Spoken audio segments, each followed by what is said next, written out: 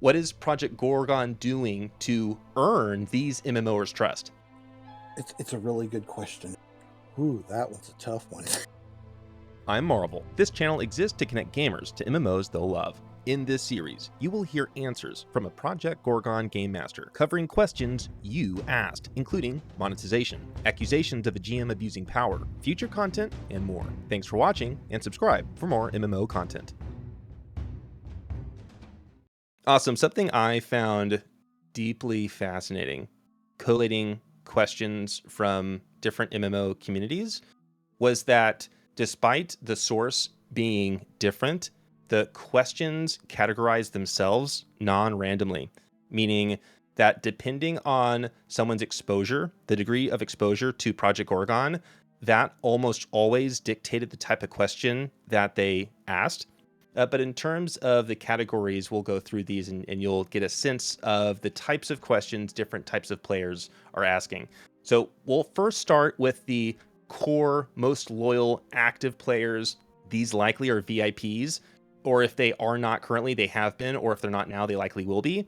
I noticed that these players tended to ask questions on meta or macro issues, such as how does the in-game economy interact with trade skills, and noticing that depending on the level range of a particular trade skill, the supply and demand curve feels off.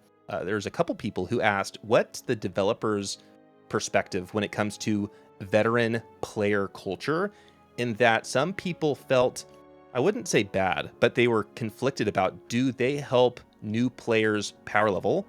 Do they help them unlock special skills? Because one core component of Project Gorgon is discovery.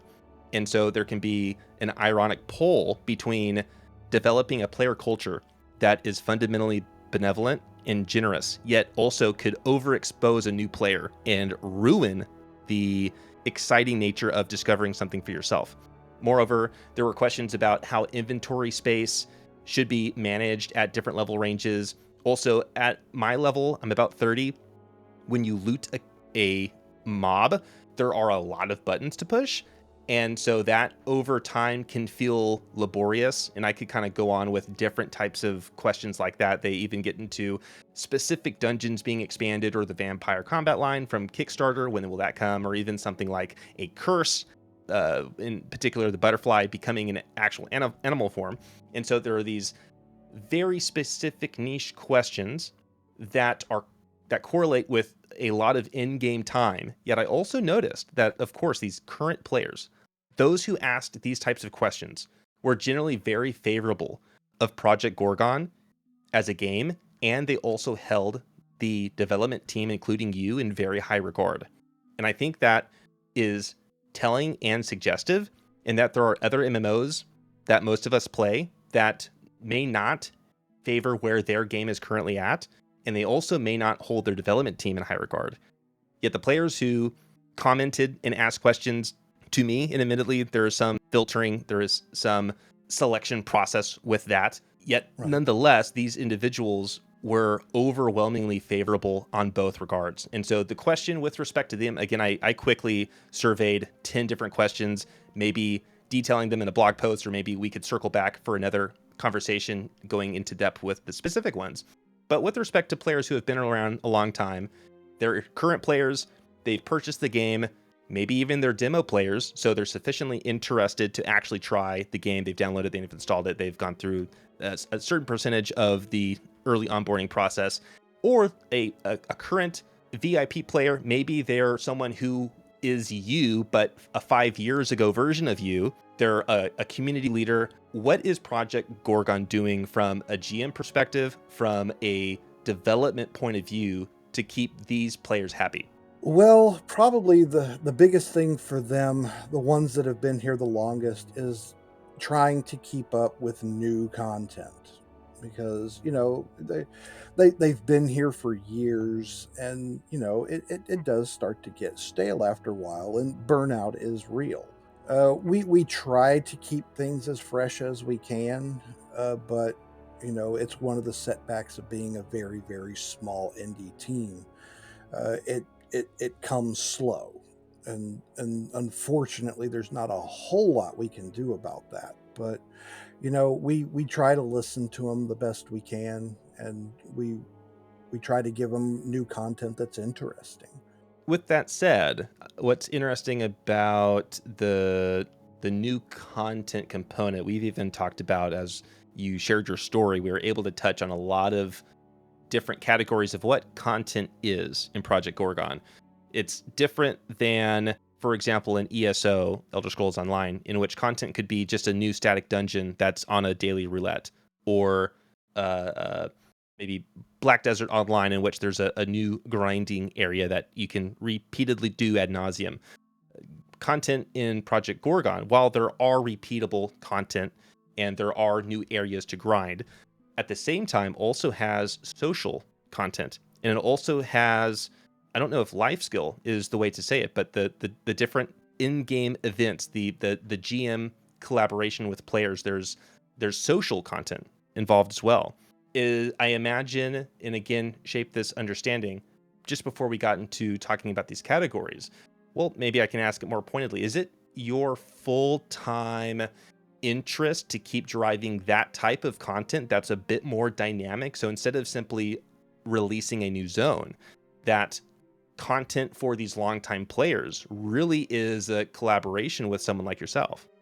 Yes, and actually that's kind of where we want to go with that. Is the static content can come slow because of, small team and whatnot, but the dynamic content like invasions and little things like that are what we try and use to fill the gaps. Course We to have, for a week or two in advance, that seems to be the focus of most players, is gathering and preparing for that event that only lasts 3 days. And I think that's really They cool. come, I honestly yeah, like that. and they come in, they knock it out for 3 days straight, and then they've got 4 months to think about what they're going to level on the next pass. I like that because it's also a direction for the player to do at a macro level. It's almost like a micro main quest in a way that's not explicit. It's completely implicit, but knowing that the developer team is partnering with character progression in the crafting realm, that the context for someone's grinding could be to accelerate that progress in that event in 3 months. Right, and then we also came a little later in the process with the live events. We decided to create a special currency that is tied to all of the live events. A live event tokens? Yes, originally they were live Yeah. event tokens, and Okay. we decided that they were getting too farmy, Sure. so we decided to cut them loose and make them a specific character bound currency, kind of like the Drava points for Druid and things like that. I did wonder about what the macroeconomic pull was for these live events in terms of how that scaled with player behavior. So I'm glad that that the development team took a keen eye to how players were using it and addressed that. We wanted to, at least with the tokens, we at least wanted to give them an honest try. Sure, We had the feeling that that's what it was going to turn into, but we've seen weird things socially with the game, so maybe people would be more honest with it. But sure. well, I don't know if honest dishonest is the right thing to say. Well, People people there's an saw the cherry efficiency, right? Yeah. and that kind of grabbed them, and Sure. everybody ran with it. Yep. So It was an optimal route for progression. right, and everybody was making tons of money selling Sure. them to the people Yep. that wanted to mass stack them.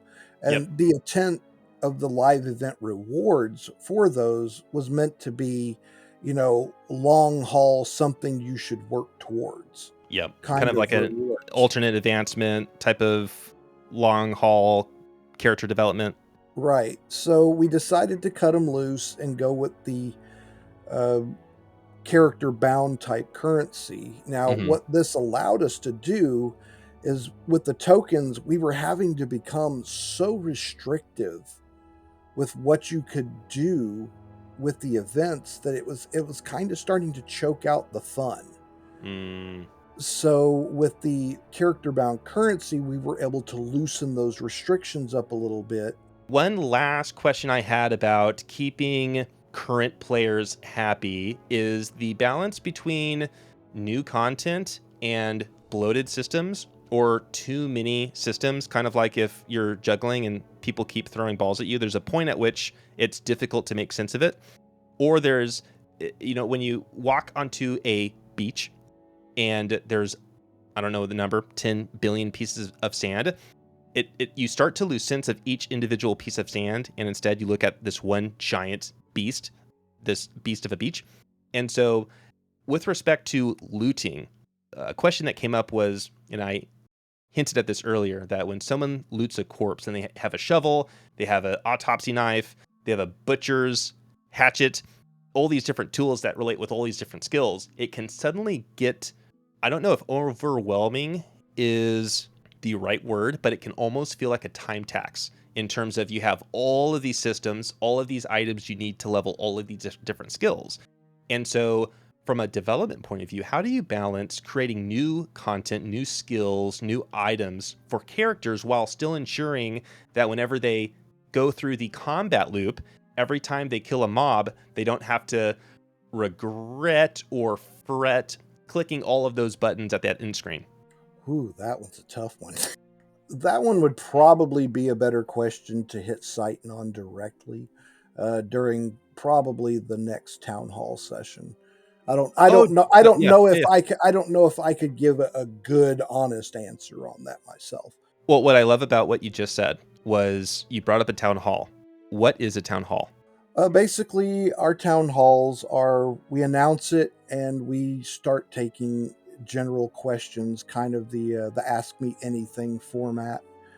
We usually allow each person to ask up to 3 questions. Is this on Discord, Uh, we forums, we in-game? we have evolved it to accept the questions on Discord. We'll open up a channel, and everybody will put their questions there. Is this exclusive towards current players, or could someone who's simply wondering what Project Gorgon is all about chip in and say, hey, I've seen maybe your Kickstarter, where are you guys at in development? Who's the target audience? Oh, anyone who wants to participate, they're welcome to join the Discord and ask a question. Awesome. When will the next one be? I do not have the dates for those just yet, but Is it within the next month, 3 months? I would say within the next month, because we kind of want to do one in cooperation with what we're talking about here, and also with the 50% off sale. Well, now that Well, you are going into the really exciting sale, because that was also a point of questioning, which was, and we'll hop to the third category here, which was, again, there were 3 different types of groups that these questions that I fielded came from. The third category would be MMOs. Maybe they've played a dozen MMOs, maybe 2 dozen in their life, but they have either heard of Project Gorgon, maybe they haven't heard of Project Gorgon, or they're aware of negative stigma around Project Gorgon. And these particular MMOers who asked questions were more likely to show suspicion due to the reputation of a particular power-hungry GM, from their point of view, unjustly banning players. Now, in another conversation that we had that we'll look at when we can post that video, you do describe in detail how that process works and how you protect justice for both the players and the GM team. With that said, these types of players were keenly interested in price on 2 different levels. The first was, as an early access title, there's an optional VIP, and it would take 2 or 3 hours to dive into the intricacies of a pay-to-win conversation. Ultimately, I don't think that's relevant here. What is, I think, a bit odd from a for someone who hasn't followed with the story of Project Gorgon, and within the MMO genre being sensitive to manipulative payment schemes, seeing a optional subscription in a game that technically hasn't released feels similar to Ark Survival, in that they released a paid expansion before they released. the game that used to be Shards Online, I forget what it's called now, but before they released, they also released a paid expansion. And so there's mixed feelings about how to reconcile those different statements of value. And moreover, with respect to the current cost of the game, from a maybe more casual MMO point of view, a $40 price tag is the same as New World, or it's 4 times the amount of Black Desert Online. And so from that point of view, it can be really difficult to justify the box price without it being on sale and the optional VIP package. With that said, what was to me the most interesting observation was that the most upvoted, the most upvoted comment on the subreddit by far was the accusation of GM power. Now, again, we've already had that conversation in depth, exploring your own personal story from player to game master and being part of that process of developing what justice looks like in a moderation context. With it, taking that idea further, with respect to player concern about pricing, is there a general attitude Project Gorgon has about that? Obviously, it is catering likely to potentially a slighter older audience, or if it's not age, it has to deal with taste, in that there are a lot of pointers and references in gameplay systems that are very familiar for those of us who were brought up in the age of Asheron's Call, EverQuest, maybe Classic WoW, Star Wars Galaxies. And so with respect to price, with respect to justice, what is Project Gorgon doing to earn these MMOers' trust? Well, I mean, it's a really good question. It's a very detailed question, and it's a very long-winded answer too. Um, Take your time. we definitely understand the price point, uh, but the main difference here is, as in comparing to Asheron's Call and EverQuest of old, and things like that. These were major corporations with $1 million budgets. Yep. So they were able to enter a little lower priced and they could survive until they broke even. In our situation with the extremely small indie team, we don't have that multi-million-dollar funding. We are crowdfunded, and that's about it. Mm-hmm. So we do have to ask a higher price because we're a small team. We can only do so much. We have to contract out certain things. And for example, graphics. Everybody wants better graphics, and we understand that. We want better graphics too. Mm-hmm.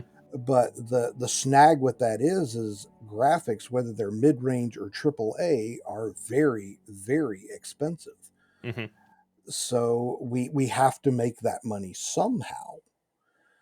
And well, just box sales, even at $40 a copy, it's just not enough for us to accomplish that.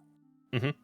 So we had to think of another way to monetize. I mean, running a video game like this is a business, and the business has to make money Mm-hmm. in order to survive and persevere.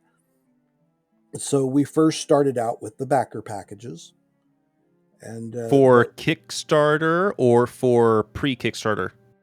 for Kickstarter, for Indiegogo, and Mm-hmm. then while we were in alpha, we had our own Gorgon shop, which we offered a campaign of backer packages. And then when we launched to Steam, we shut it down. And one of the biggest requests from the community that we got was, hey, we're just now discovering you since you just got on Steam. We'd like a chance to get backer packages too and help you out. So we opened up the Gorgon shop again, and we created a new campaign of backer packages, which are what exists now. and people and everybody, the community has been extremely supportive. The ones that have decided to try the game, decided to stay, they want more. They're happily purchasing the backer packages, but we only have those packages limited to where you can only have one of them per account. Mm-hmm. And and they keep coming to us, hey, we were only able to get one of this. We have supported you as far as you allow us to. Mm-hmm. Is there anything else that we can do? The VIP thing was something originally that we wanted to do post launch. Mm-hmm. But, looking at it and looking at the demands of people who want to support the game more, we knew that there was at least a small market for it. We tried to come up with something that,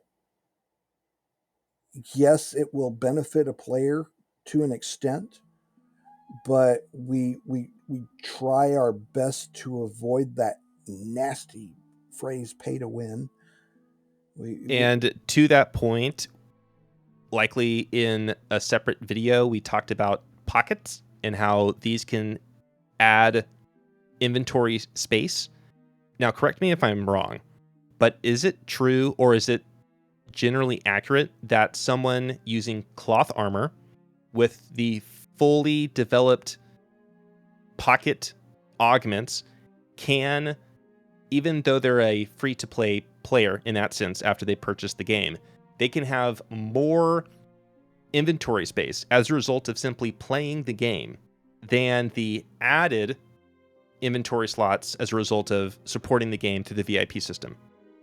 Yes. VIPs get an additional 15 inventory slots And per character. only one pocket augment, if you buy it from a fully developed tailor, can give 20, right? And so if you have two of these pockets, you can have up to 40 additional inventory spaces. Am I understanding that correctly? With a cloth shirt and cloth pants. Yes. Yep. Yes. Now the trade-off is for high-end gearing. Uh, these do take up the crafting points of the item, which means that you've used the pockets, you've burned up all of your crafting points. You can't add another mod as an augment to the gear. Sure, which And is a system that probably in another conversation we can dig into, because that is another unique and hallmark element of what makes Project Gorgon special with respect to the various ways you can augment and change gear. right, I mean, there's a lot of people, you can have multiple build outs and things like that, and they're like they'll have a set, full pocket set. If they're going to be doing a lot of heavy crafting or something and they're not actually Sure. going to be out grinding, they use the extra slots to hold all the extra materials so that they can craft.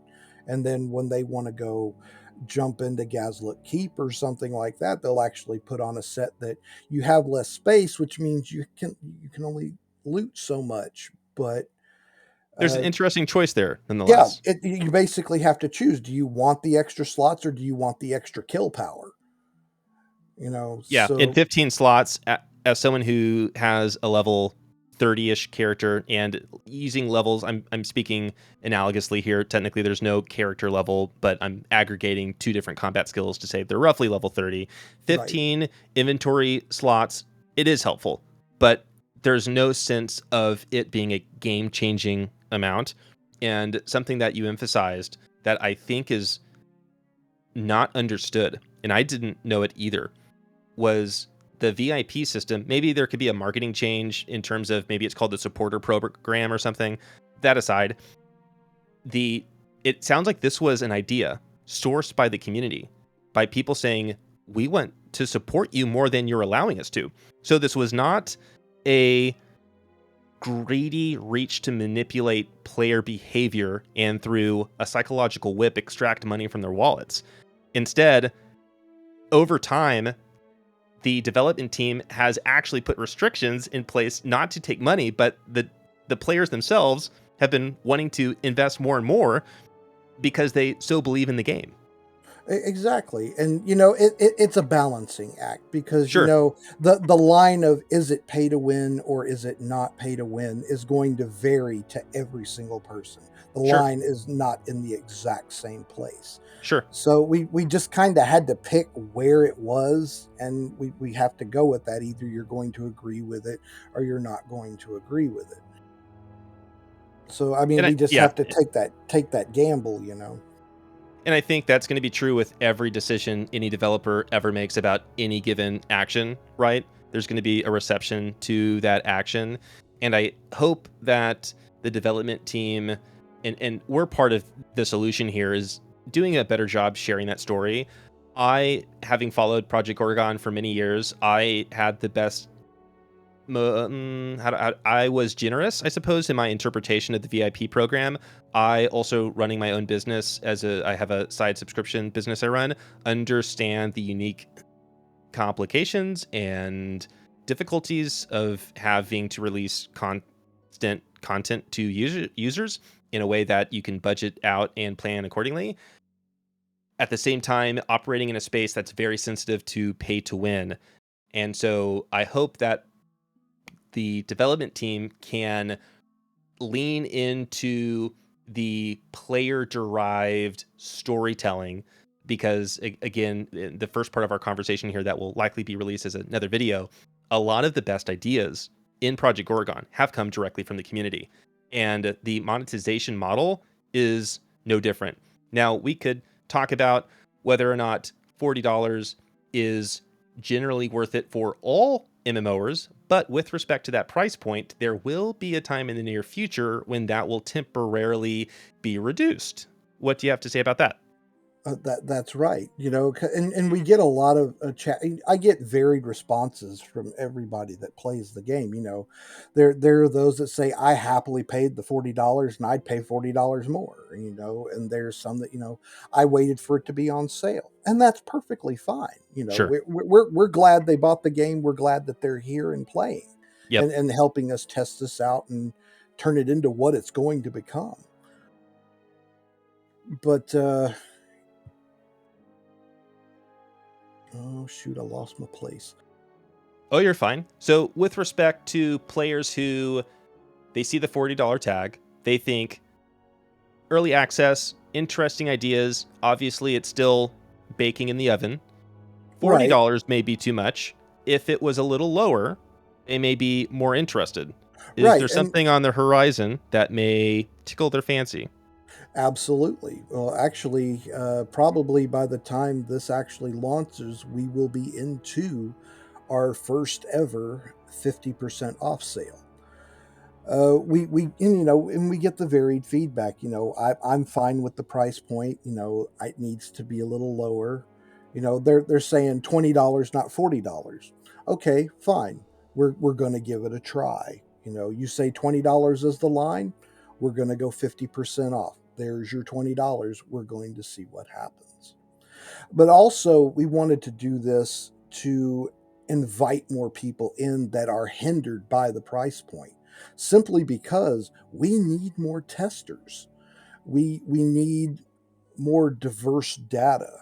All of the vets that are here are starting to kind of get set in their ways, and things like that. We need fresh blood who's wanting to explore and wanting to tinker, so that we can gather data to help iterate skills and balancing. And so that's a win-win. It's a win for players who are excited to try something new. Project Gorgon, admittedly quirky, it you can admire all of those details. I think it's a strength. At the $40 price point, comparing to something that visually is arguably more stimulating, like New World, though there's arguments about its depth. Now at the $20 price point for 2 or 3 weeks or so, I imagine we'll add a link to the description of the video with more specific details. But if the price point has been an issue, for how long will the sale go on for? Uh, 2 weeks, I believe. It'll go to the end of April. Okay, excellent. So for 2 whole weeks, that's an opportunity to see what the buzz is about. Moreover, here's a question, and again, this is off the top of my head. I don't think you were preparing me to ask this. Is there room to let me say this differently. One element of Albion Online's monetization that feels not pay to win to me, despite having an optional so-called VIP component, is after you complete their newbie tutorial, they give you a 3-day free pass basically to their premium system.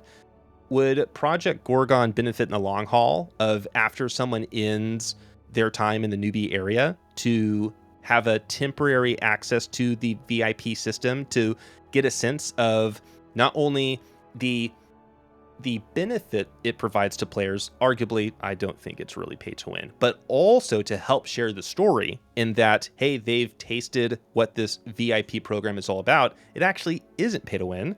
However, it is useful and it does help support the game. Not to put you on the spot.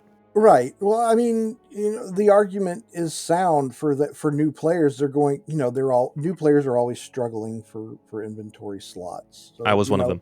Giving them the taste of the extra slots in the transfer chests and in inventory and in saddlebags. You don't have to answer maybe that I could write an idea in the in-game, give me your, idea form here. But as you were talking and thinking about player perception, about the VIP being pay to win, if they could actually see what it actually was, to me, I think the story would tell itself that there's no possible way this could be considered as pay to win. Right. And we have thought about it, but we also have a concern that giving them a short-term taste of it and some of the stuff that it does unlock, we're afraid that it would be too jarring when it goes away. Because also, like, the standard game comes with 4 character slots. Mm-hmm. VIPs get 4 more character slots for a total of 8. Yep. So if during this time, if they created 5 characters on their account and the VIP wears off, they're going to be locked out from one of those characters until they resume VIP. So the fear is I hear testing it out. They're going to make Yep. those extra characters, and all of a sudden they're locked out of them, and they're going to be mad. I do appreciate the conservative answer there, because to me that underscores the motivation of the team. Someone who had less benign motives could easily twist it and say, we actually want to pressure players to pay for VIP because we want to annoy them into paying for a solution. But the actual answer from the Project Gorgon team is, we don't want to be disruptive. I think that's, well, yeah, I find that very ethical. Yeah, and we wanted, we wanted to give the player base a way to continue supporting the game outside of backer packages, because eventually we're going to launch and backer packages are going to have to go bye-bye forever. So there has to be something to replace that. And also, we're starting to crawl into the back half of the game. We're getting closer and closer to the finish line. Yep. And we're at a point where we kind of want to smash the gas and get there. Yep. But in order to do that, we have to have more staff. We have to contract more coders to help carry the load so that we can get to the finish line faster. Yep.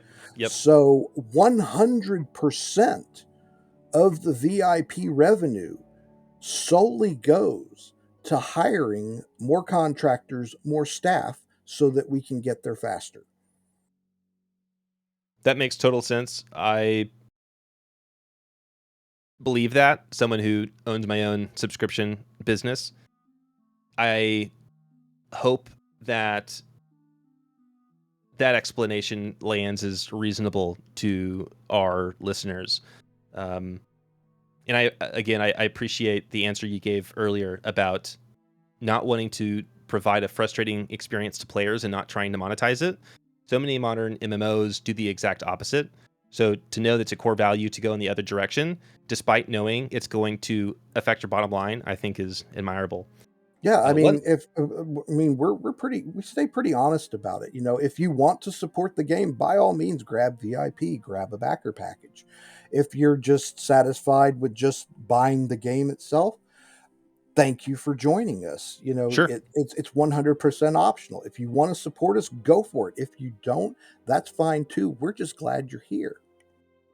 Absolutely. One last question regarding, admittedly, there's 100 more here. Maybe we could circle back at another time and have another pleasant conversation here. We've been talking for a number of hours.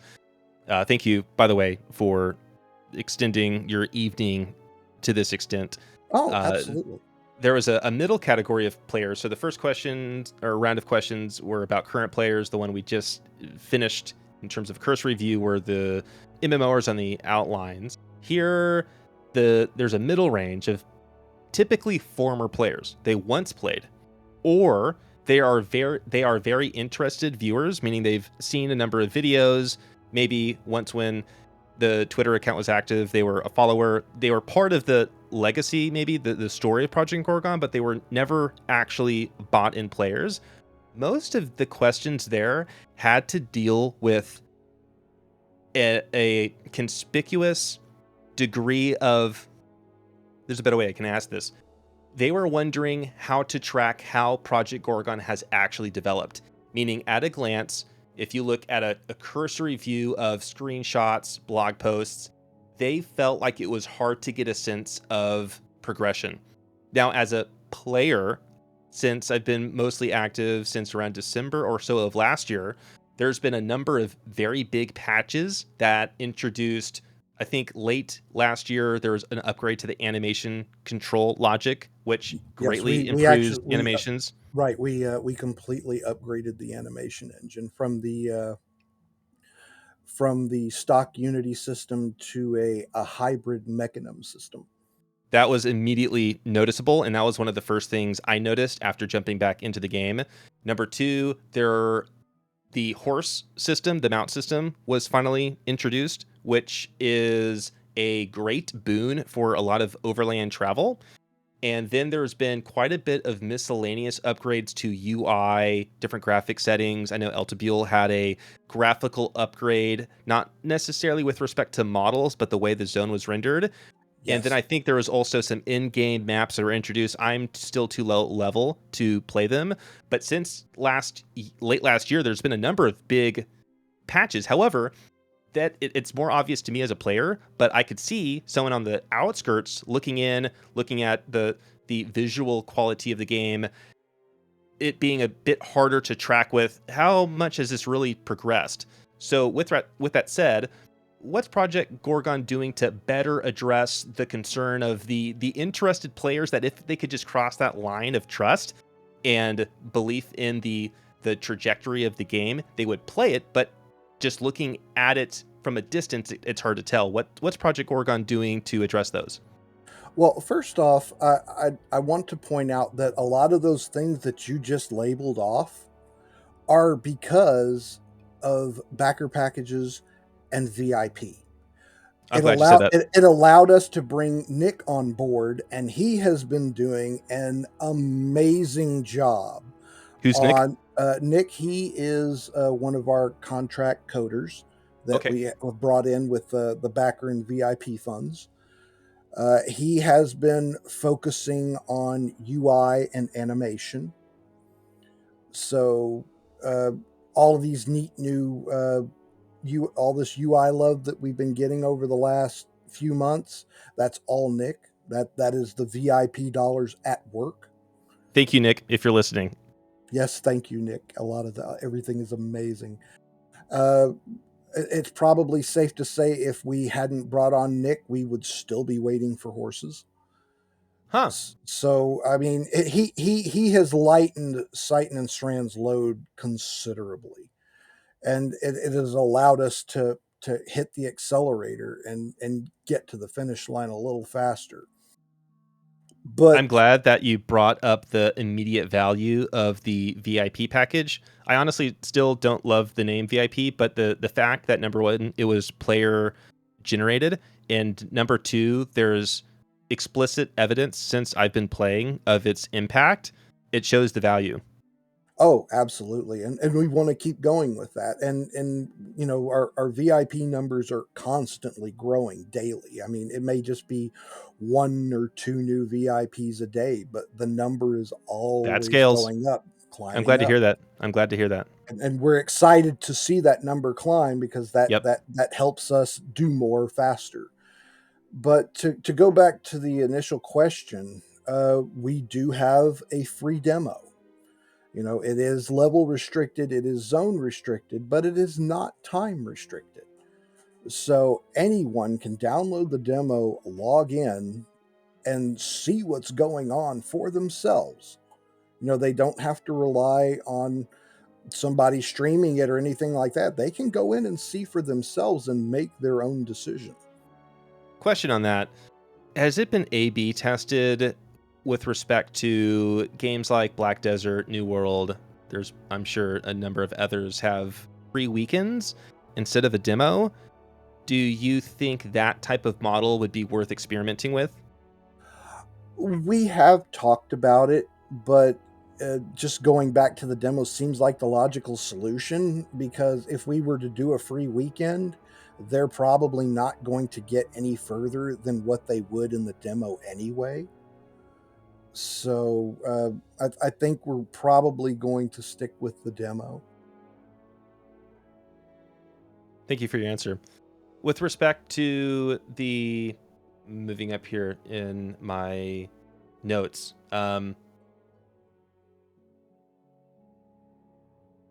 in terms of the VIP contributing to the recent string of patches, I believe his name is Nick, the new developer.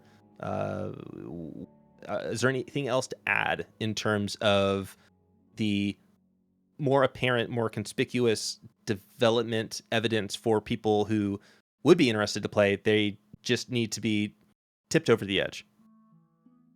Well, I mean, it pretty much again, download the demo and give it a try. You know, Sure. if you want to play for a few hours, play for a few hours. If you just want to kind of sit and watch, you can't talk in the public chat channels as a demo player, but you can listen. You know, you can roam around, you can attend a poetry jam. That's actually probably the one thing I would absolutely recommend. If you're on the fence, download the demo, show up on a Saturday afternoon at the Serbial Inn and attend and participate in a poetry jam. That is what is going to change your mind. Sure, I should add that if you live on the West Coast like me, the Poetry Jam is technically in the morning. It's 11 a.m. PDT. I think we Uh, keep changing time zones. But I right, think on right. the Eastern, it's what, 2 Eastern, Midwest, it's 1-ish, I think. Correct. 2 p.m. Eastern time. So it'd be Yep. 1 Central. Yep, excellent. And to your point about the demo, something else that strikes me, again, I don't wish to speak for the development team because I'm not on the development team, is the demo also doesn't exclude people as a result of limiting access to only free weekends. It can be downloaded any day, any hour. It's not, there's not a time gate. Now, from a marketing perspective, there's an interesting conversation to be had about supply. But with respect to the generosity of the development team, I think this underscores again the same ethical logic even applied to the VIP system, that at first you were waiting until you released, but so many players were wanting to support that you decided that you weren't going to stop them. And so this is another opportunity for the development team to show that they are generous and they're also not afraid to keep it open. How do I say this? Not limiting exposure just to free weekends that you can try at any time. Right, exactly. And because if you're curious and you want to see how it progresses, you download one, kind of roam around, check things out, wait a month, wait 2 months, wait 3 months, jump back into the demo, take a look and see how things have progressed. And like I said, with our stellar community, uh, most don't have to opt into the demo channel, but there are quite a few of our veteran players that opt into the demo channel. So if you're a demo player and you have questions, speak up because you're not just talking to the demo players, you're going to be talking to veteran players as well. And they are more than happy to answer your questions. as will I. If I'm creeping on the console and I see somebody speak up on the demo channel and nobody responds quick enough, I will say something to you. If you've got questions, we're happy to answer them for you.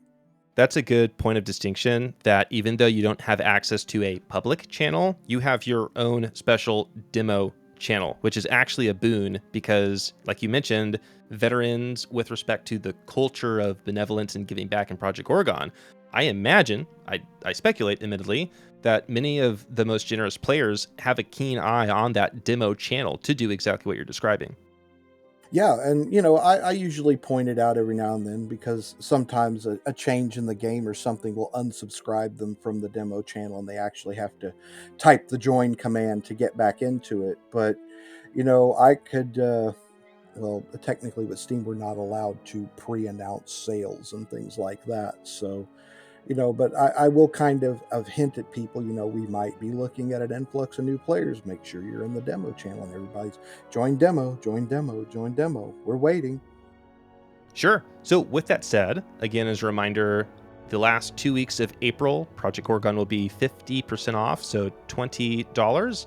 With that said, the three categorical groups of questions we've already went through, I'm happy to yield if there's anything additional that the Project Gorgon team wants to announce or talk about in this context. I should also mention that even though a date is still forthcoming, there will be a town hall meeting in which anyone is invited to ask the main developers up to 3 questions, and Yes. it's accessible in the Discord, Project Gorgon Discord, and probably also in game as well. Like, I realize I'm going out on a limb here, suggesting where to participate. How do people participate in that?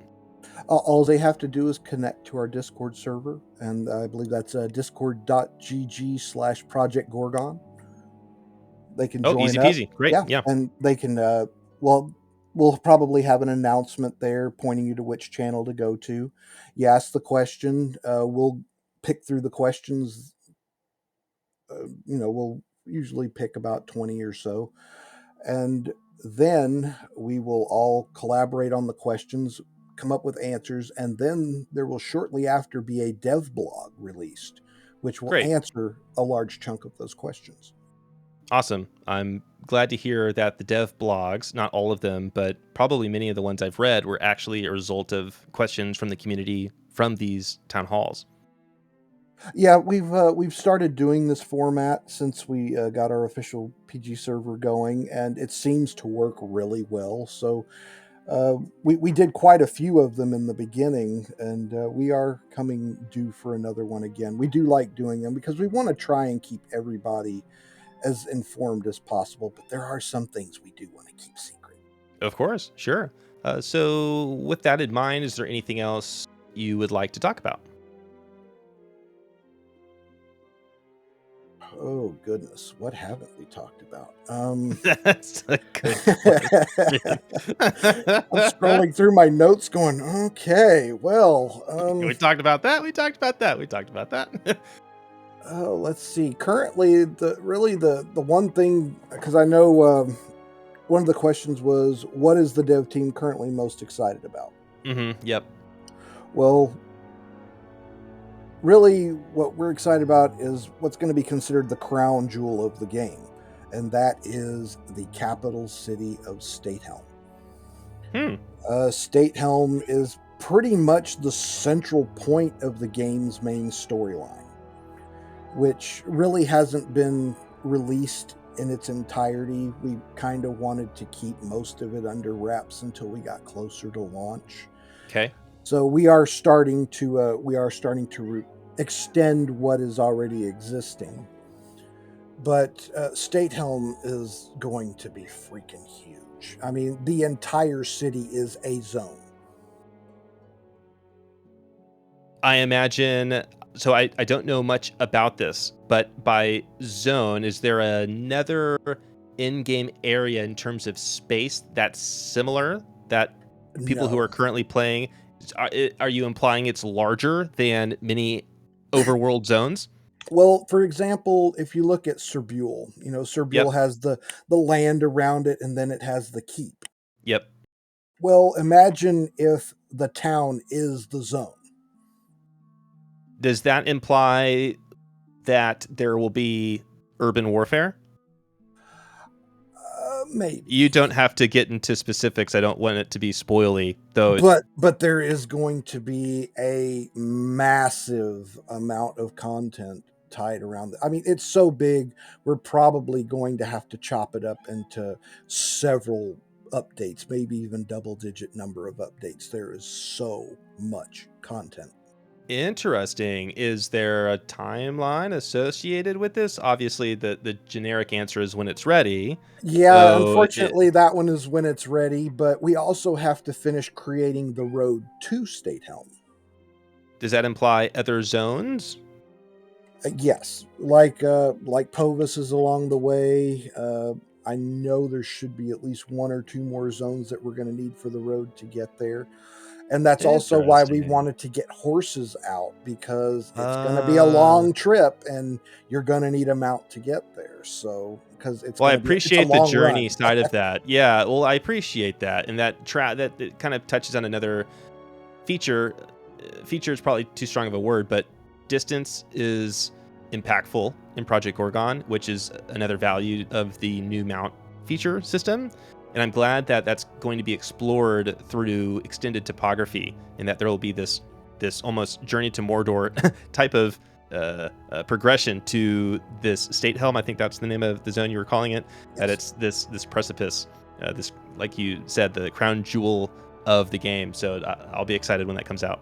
Well, we're hoping to start to tease some videos and screenshots of the town here really soon. I mean, Oh, fun. and it's kind of exciting because it's actually close to the pinnacle of the graphics quality we want to bring the rest of the game up to eventually.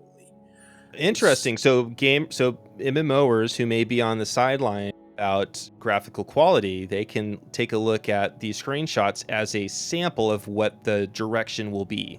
Yes, pretty much. We've got it pretty well gauged at what the pinnacle of the graphics quality is going to be, and Okay. the from the bits that I've got to see, I'm not in the internal core dev team, so I only get little peeks of it here and there, Sure. but it is absolutely stunning. It's I'm glad gorgeous. to hear that. I'm glad to hear that. And I believe that potential is there. I know for me, even though I've seen, I don't know, 5%, maybe 10% of the game space, the initial newbie island is gorgeous.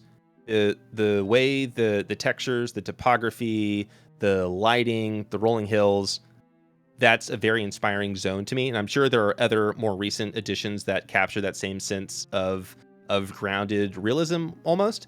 And so to see that quality expanded other places, I'm looking forward to it.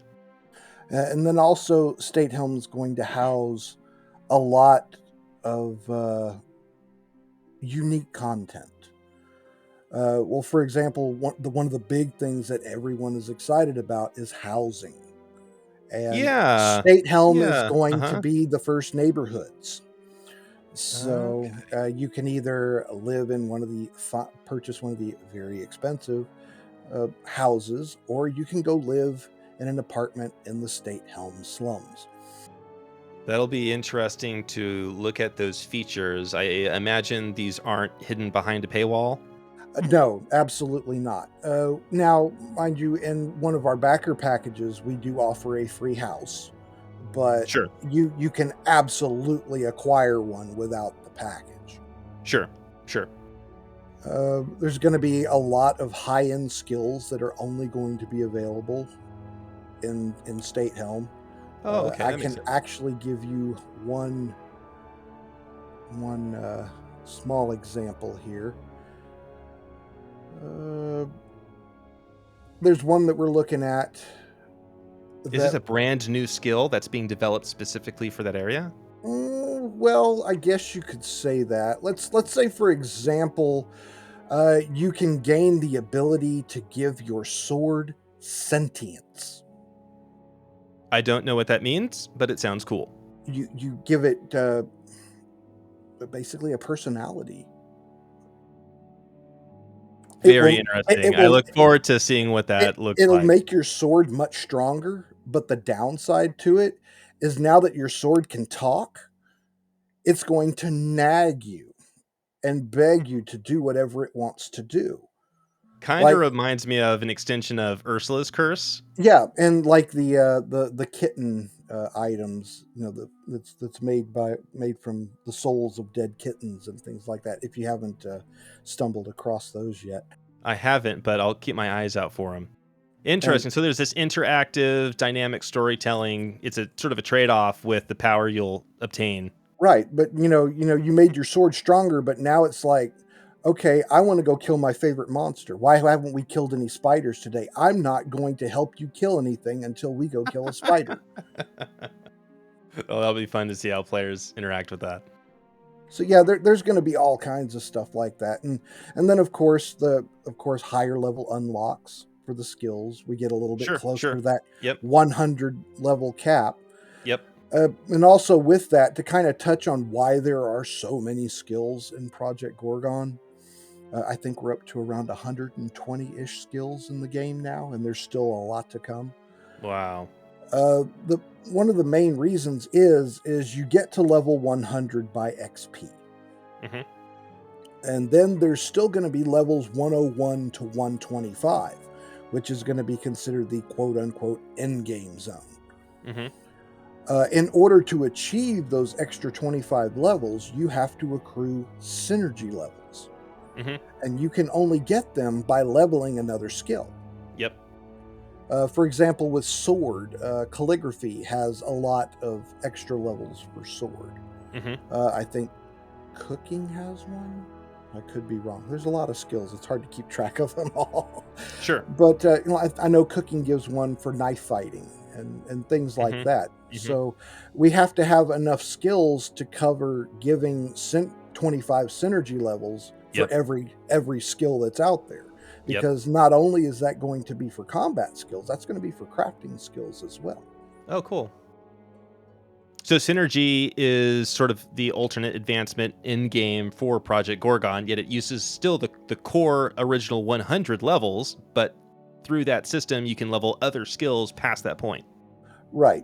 Like I said, you can go That's a you clever solution. and even with because a lot of people do get confused about it sometimes. They'll get levels and then they'll build up synergy levels just from just wandering around leveling other stuff. No matter what you do, you will always have to earn XP for 100 levels. Yep. And we're most likely there's going to be a possibility of maybe 27, 28, 29 synergy levels, Sure. but only 25 of them will apply. So Yep. that kind of gives you some options to plan out with. You're not going to have to cookie cut or do these skills to get it. You're going to have some options. Some flex, some gray area. Right. No, I appreciate that because that doesn't pigeonhole everyone into the same optimal build if there are multiple ways to do something. That And I and mean, you could do the math on it, but it doesn't encourage a specific meta to emerge. right. And then there's still going to be advanced skills where you can unlock sub skills for things. A couple of them that are going to be pre done, like, for example, the coming dwarf race. Axe is going to be their primary combat skill that they come with, but it's going to be a sub skill of hammer. Interesting. Will that be exclusive to dwarves? Unknown at this point. Okay. And then I think we're currently thinking that orcs will have a specialty combat line for like broadswords, maybe two-handish weapons, Hmm. which will be a sub skill of sword. Sure. And I think they're also going to have something called combat magic, which is going to be a Oh, sub of fire magic. interesting. I may have to roll one of those. So yeah, but Sounds fun. but they're going to be similar to what fairies are right now. They're going to have powerful options, but there's also going to be Drawbacks. drawbacks and restrictions. Yep. So you're going to have to take that into consideration. Sure. No, that's all exciting. The state helm, the zones leading up to there, different races, all the synergies. So there's definitely a bright future for Project Gorgon, even beyond launch. I mean, we're still talking about in development all these features. Yeah, and even when we get to State Helm, we're not done because there's still going to need to be zones beyond State Helm to get you all the way to level 100, and then there's going to have to be level 110 zones, 120, 125, and that's going to be all the quote unquote end game content there. Sure. With respect to the road to these different zones, one question, and we could wrap up about here, is someone asked about a world map. Is there any plans to implement something like that? To an extent, yes. Basically, Citon, our lead developer, is self-admittedly notoriously bad at geography. And has no natural sense of direction. He will admit this himself. Oh, that's funny. So, I mean, for a while we had a couple of zones that, you know, as they are supposed to lay out, they were kind of twisted sideways. So we actually had to take Eltabule, twist it and flip it to Oh, get it interesting. to match up. So you know, we're still trying to get everything to line up correctly. The best quote unquote world map was created by one of the player base's main archivists, Beta Notice. Yeah, okay, yeah, for sure. He also oversees the wiki, which, for by the way, Oh, good deal. on a side point of that, the most people assume that we maintain the wiki. In fact, we do not maintain the wiki in any way. We host the wiki server for the player base, but the players are the ones who maintain the wiki. Gotcha. Thank you for clarifying. But he has currently hodgepodged the best world map thus far. Mm-hmm. And we do want to integrate a world map into the game, but most likely that's probably not going to happen until we have the vast majority of the zones in place. Gotcha. Though it's been a point of conversation and thinking about road mapping it Right. amongst the dev team. Right. Yeah, we do want to do one, but Yeah. Yep. there's a couple of things that are still undetermined, so we don't want to make a map and then have to remake the map and then have to remake the map. So Sure, that's reasonable. Yeah, I hear you. we're going to wait until we have most of the stuff already implemented and in place, and you will get your large world map. Do not worry. Great to hear. Awesome. Anything else? No, I think that covers it for now. Yeah, I think we've been talking for about 3 hours now. Originally, I think we were budgeting for about 60 minutes, but we're not even done. We could keep going. We've still got a list to go, but yeah, we we do. can Yeah. absolutely pick it up another time. Yeah. That may be what we need to do. So really 3 ending items on my end. The first is that the last 2 weeks of April, Project Gorgon will be 50% off, which is the biggest sale ever for the game. So if price has been an issue, either you have the free demo or you can jump all in for the really very reasonable price of $20. Additionally, in the near future, Also, go ahead. I'd like to iterate on the 50% sale. This is something that's experimental. You know, it may or may not happen again in the future. So, if I hate developing FOMO, I really don't want to do that.